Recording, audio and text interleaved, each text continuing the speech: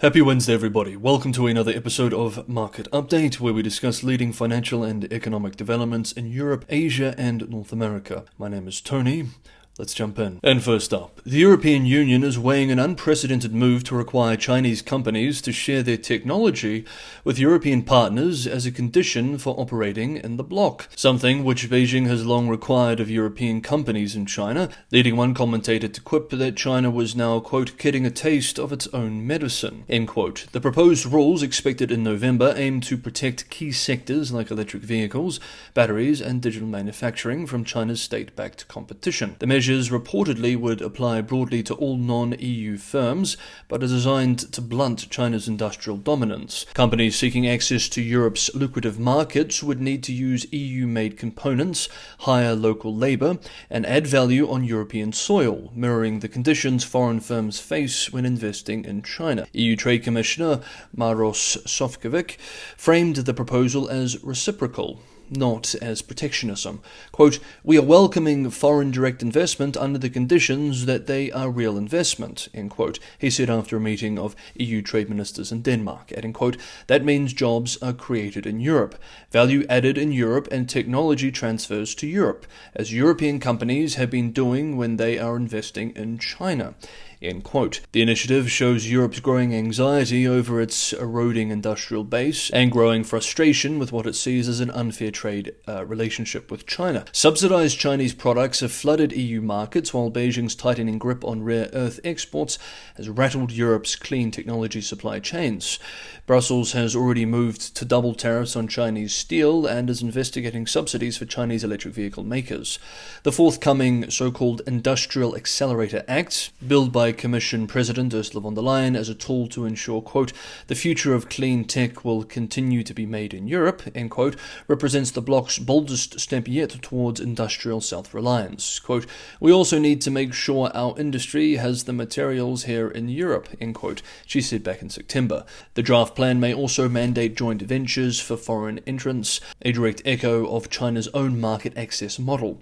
Policymakers hope the requirement will accelerate knowledge transfers, especially in battery technology, a field where Chinese firms such as BYD and CATL hold a decisive lead. Business groups are cautiously supportive. Quote, "Foreign investments in batteries and other clean tech must come with technology transfer and workforce skilling," end quote, said Victor von Horn of Clean Tech for Europe. The Danish foreign minister was more blunt. Quote, "If we invite China's investment to Europe, it must come with the precondition of technology transfer," end quote. As Europe struggles with sluggish growth and industrial malaise, Brussels appears ready to borrow from Beijing's own playbook, turning protection into strategy and reciprocity into a new industrial creed. Next up, soaring electricity demand for artificial intelligence, AI data centers, is set to spark a $350 billion nuclear energy boom in the United States, according to a new report by US-based Bloomberg Intelligence. The research forecasts a 63% increase in nuclear generation capacity by 2050, driven by the rapid expansion of power-hungry cloud infrastructure and the push for low-carbon energy sources. By mid-century, Bloomberg Intelligence expects the U.S. nuclear fleet to reach 159 gigawatts of capacity, up from about 106 gigawatts today, with 53 gigawatts of new reactors coming online. The bulk of this growth will stem from small modular reactors, the next generation of compact fission technology that promises lower costs, faster construction, and greater flexibility compared to traditional gigawatt-scale projects. The projected boom marks a potential renaissance in an industry that has seen minimal growth for decades. Only 3 conventional reactors have been completed in the US since 2000, and none are currently under construction. Despite bipartisan enthusiasm for nuclear power as a reliable, carbon-free base-load source, development has been hindered by chronic challenges, from high upfront costs to lengthy regulatory reviews to shortages of skilled labor and domestic uranium fuel supply. There is, of course, also a deep hesitancy among some in the voting population when it comes to embracing this energy source. Still, momentum is building. Quote, US nuclear power is primed for a resurgence, end quote, the Bloomberg intelligence report states, underscoring the convergence of economic and political forces reshaping the energy landscape. Both major parties are now backing large-scale nuclear expansion. The Biden administration last year set a goal to triple capacity by 2050, while US President Donald Trump in May of this year called for quadrupling reactor output through a series of executive orders. Even so, the report cautions that growth will unfold gradually. Only about 9 gigawatts of new nuclear capacity, including both small modular reactors and conventional reactors, is expected to come online in the next decade, with widespread SMR deployment unlikely before 2035.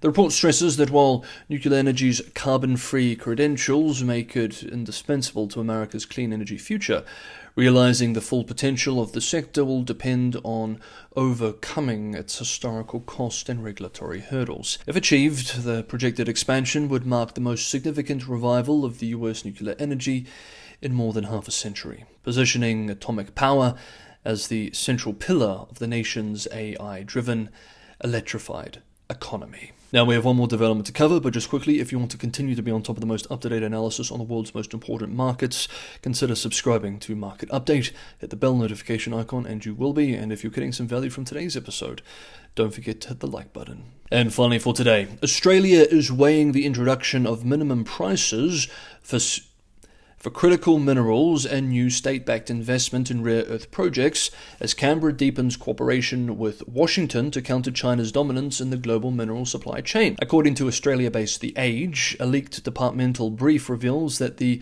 current administration in Canberra has opened talks with miners about contributing to a 1.2 billion Australian, $777 million US strategic minerals reserve. The plan reportedly includes price floors, government-backed loans, offtake guarantees, and direct investment to strengthen domestic producers and secure supply chains for allies. The initiative comes amid renewed tensions between the US and China, following Beijing's expanded export controls on rare earths, minerals essential for electronics, electric vehicles, and defense systems. US President Donald Trump now is seeking to reassert a tough stance on China and its threatened broad tariffs in response. We've followed this very closely, especially on my other channel, China Update. This geopolitical backdrop has ignited a surge in Australian critical mineral stocks, fueled by signs of growing US interest in taking equity stakes across the sector. Companies such as Nova Minerals Limited and Resolution Minerals Limited, which operate antimony and tungsten projects vital to defence technologies, are expected to brief Australian officials ahead of the Prime Minister's meeting with Donald Trump in Washington next week. Resolution's shares, for example, saw 56% in trading on Monday. The US has already begun deploying equity-like investments in strategic resource firms, including MP Materials Corp and Lithium Americas Corp, as part of a broader effort to secure critical supply chains dependent on China. These trends were obvious for those who have been following the China-US relationship closely. Indeed, this is why I worked with sponsors in these industries earlier this year. More than a dozen Australian miners met with US officials last month to discuss similar financing models, underscoring Washington's expanding role in the global race for mineral security. Analysts say that the latest Australian proposals reflects a significant policy shift.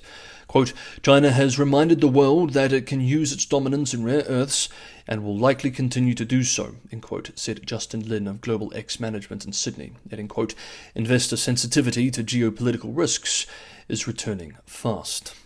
End quote. Adding further momentum, as we covered yesterday, JP Morgan Chase & Co. this week pledged $1.5 trillion over the next decade to industries supporting US economic security, including critical minerals. This renewed rally is part of the deepening alignment between Australia and the United States, as both nations seek to develop resilient, transparent supply chains and reduce strategic dependence on Beijing. Okay, that is today's episode of Market Update. Thank you so much, everybody, for watching. Have a good Wednesday, and I hope to see you for the next episode tomorrow.